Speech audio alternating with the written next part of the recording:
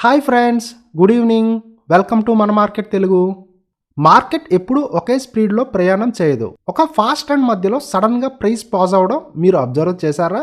అలాంటి టైంలో చార్ట్ మీద కనిపించే ఈ ఒక్క చిన్న క్యాండిలే స్పిన్నింగ్ టాప్. ఇది చూడడానికి మనం ఆడుకున్న బొంగరంలా ఉంటుంది ఫ్రెండ్స్. ట్రెండ్లో స్పీడ్ తగ్గిందని, మార్కెట్ ఇప్పుడు ఒక క్రూషియల్ డెసిషన్ తీసుకోబోతుందని మనకు హింట్ ఇస్తుంది ఈ క్యాండిల్.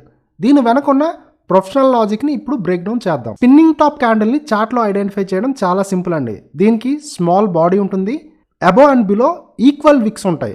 చాలామంది డోజీకి స్పిన్నింగ్ టాప్కి కన్ఫ్యూజ్ అవుతారు. కన్ఫ్యూజ్ అవ్వకండి ఫ్రెండ్స్, ఎందుకంటే డోజీలో అసలు బాడీ అనేది ఉండదు, ఒక చిన్న లైన్ మాత్రమే ఉంటుంది. కానీ ఈ స్పిన్నింగ్ టాప్లో ఒక చిన్నపాటి బాడీ ఉంటుంది, అలానే మోస్ట్లీ ఈక్వల్ విక్స్ కూడా ఉంటాయి. కాబట్టి దీనికి దానికి డిఫరెన్షియేషన్ మనం ఆ బాడీని చూసి తెలుసుకోవచ్చు. డోజీ క్యాండిల్కి అండ్ స్పిన్నింగ్ టాప్కి ఇంకొక డిఫరెన్స్ కూడా ఉందండి.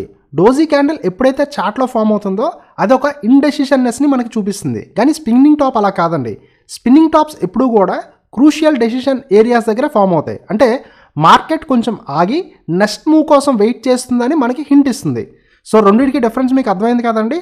ఇక మీద కన్ఫ్యూజ్ అవ్వరని అనుకుంటున్నాను. ఇప్పుడు ఈ చార్ట్ని ఒకసారి చూడండి. చార్ట్లో మంచి ర్యాలీ జరిగింది కదా. ర్యాలీ జరిగిన తర్వాత టాప్లో ఒక స్పిన్నింగ్ టాప్ క్యాండిల్ అనేది ఫామ్ అయింది.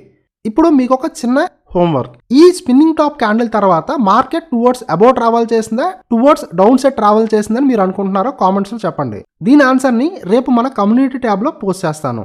ఇలాంటి కైండ్ ఆఫ్ ఇంపార్టెంట్ ఇన్ఫర్మేషన్ మీరు తెలుసుకోవాలనుకున్నట్టయితే మన మార్కెట్ తెలుగు ఛానల్ని సబ్స్క్రైబ్ చేయండి. అలానే నేను సెబీ రిజిస్టర్ అడ్వైజర్ని కాదండి. ఈ వీడియో ఏదైతే చేస్తున్నానో కేవలం ఎడ్యుకేషనల్ పర్పస్గా మాత్రమే.